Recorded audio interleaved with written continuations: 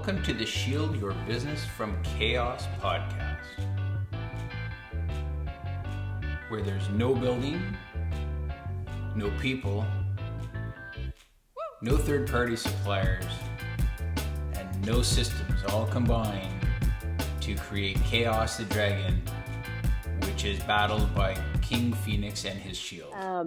And I'm curious, I haven't looked to see what companies like Regis are doing now as far as their marketing goes, because yeah, obviously in theory, there's a drop in demand for warm co-locations Yeah. because people work from home. Yeah. So I don't know what the numbers are today versus 2 to 3 years ago, anytime pre-COVID.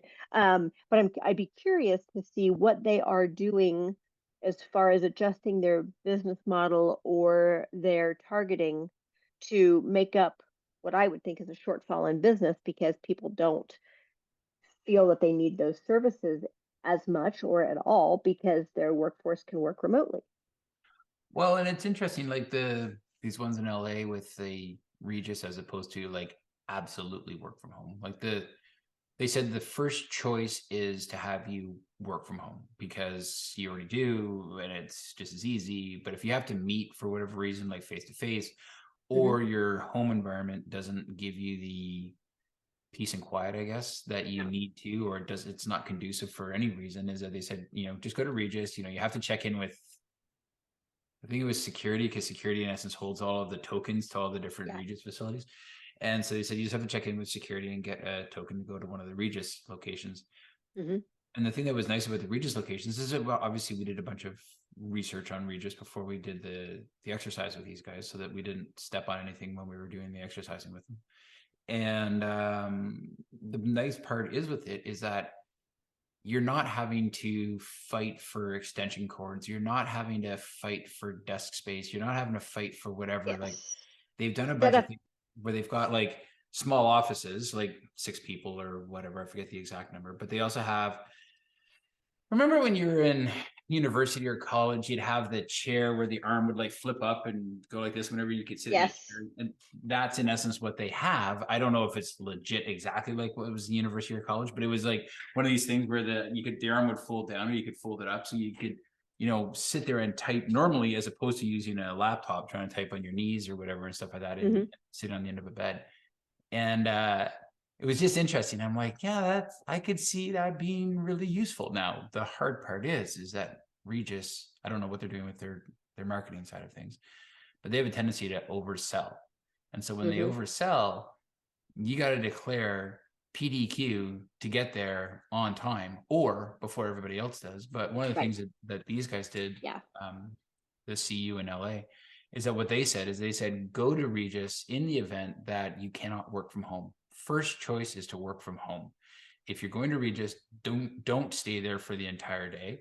Just go do whatever you have to do for like an hour or two, and then go home and then do whatever you can then from home, so that they're limiting the amount of seats that they're taking up, so that they're not just going to drop. They have about 750 employees. They're not going to drop 750 employees on like 2 Regis locations and expect them all to work, because they said that's just not realistic. Yeah. And I was like, oh, that's very nice of you. It's very big of you to think that way. But I think that it was one of these things where they're like, yeah, try not to burn out the resource in essence. Well, and that philosophy I think is really practical, because part of the problem is that for people who don't think that way, you go and you dump a couple hundred bodies into these seats, and if you do have something wide scale, like a Hurricane Ian, that it's going to be a what's the duck duck goose, right? There's somebody doesn't have a seat at the end of this at the end of the song. Exactly. And if you don't pull the trigger quickly, then that winds up being you. Yeah. So that's always the risk. And you're right, they do oversell, and I understand it's part of their business model. Makes total sense. No judgment or anything like that. But if you're the company using the service, then you got to do a lot of kind of gauging and decision making in what's probably a fluid situation, because these days there's very little that seems to be cut and dried when it comes to disasters. They are all so fluid. It is, I think, gone is the day for the most part of incident, trigger the plan, go, Yeah. because there's so much money committed in that step.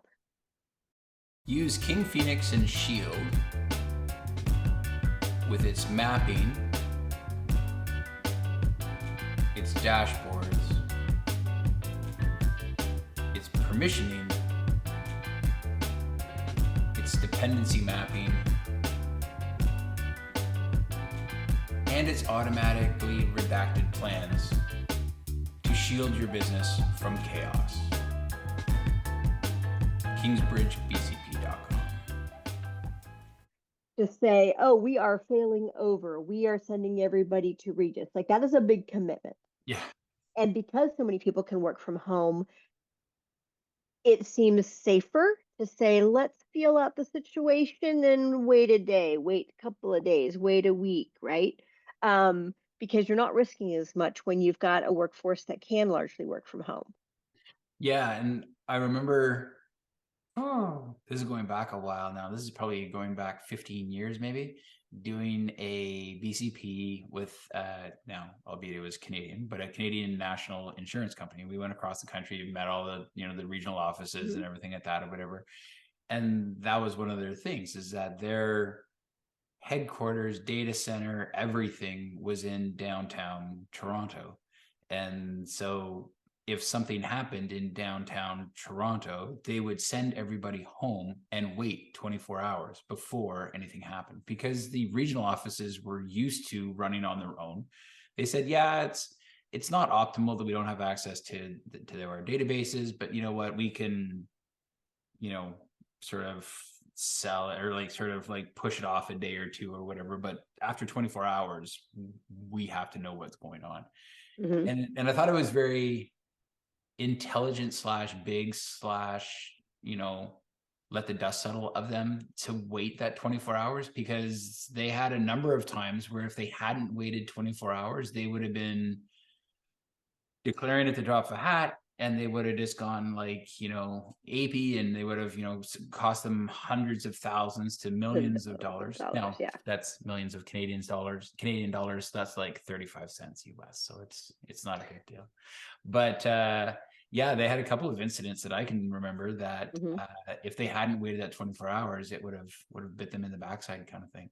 And I think that's what a lot of companies should take advantage of now, with the people being able to work from home, is that you've got that luxury that you can maybe not offer services at 100% efficiency, but you're probably able to offer it at like 80-85% efficiency, and you can have them stay at home, give the senior leadership or management team or whatever, like the C-levels or whatever, that time to make a bit more of a educated and not knee-jerk reaction, to be a little bit more intelligent about it.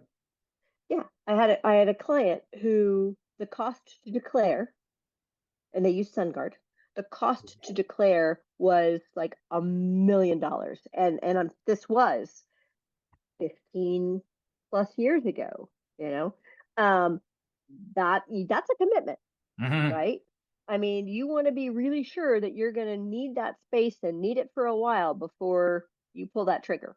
Well, and that's the super unfortunate part, is that, I mean, not to say we throw around the M word million like it's nothing anymore, but when you get, baseball players, football players being signed for like 30, 40, $50 million a year, I mean, that's just an inconceivable amount of money, but we sort of throw millions around like they're nothing. But $1 million is still $1 million. And that's going to cause most, if not all, if certainly some of those management teams, those leadership teams, those C-level teams, it's going to give them a second to pause, because they're like, seriously, we're committing $1 million to might be Chicken Little. Yeah. Maybe we should wait this one out a little bit. And sometimes that wait costs you, 5 seats or 10 seats or 100 seats or whatever it is. And then, of course, the downside with the current way things are done is that there's a lot of this hindsight 2020 is now viewed as a right or wrong decision that was made at the time of execution. And it's like, there's no point on grinding an axe on a decision that was made, 3 weeks ago, because the decision's been made. The money's been spent. Yeah. Like, Yeah. live and learn from them, but don't Yeah. persecute those who made a decision A or B, because if they made A and it should have been B, or if they made B and you feel it should have been A, unless you're standing in the room, there's no way to make that right decision. Yeah, totally.